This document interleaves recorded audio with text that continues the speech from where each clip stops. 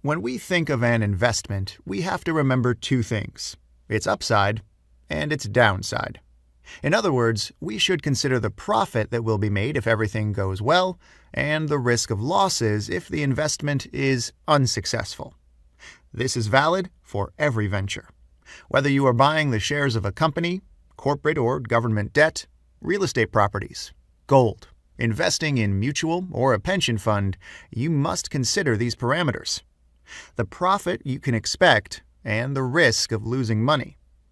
But why do different investments have a different level of risk and profitability? A comparison between bonds and stock can highlight the difference.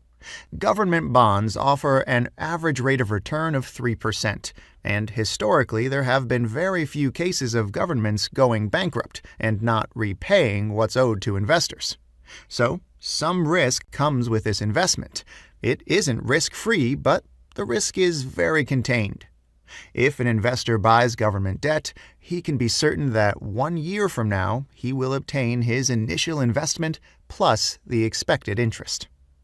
Equity shares have a higher rate of return, approximately 6%. However, they are associated with much more frequent fluctuations and price changes, as different variables influence a company's share price.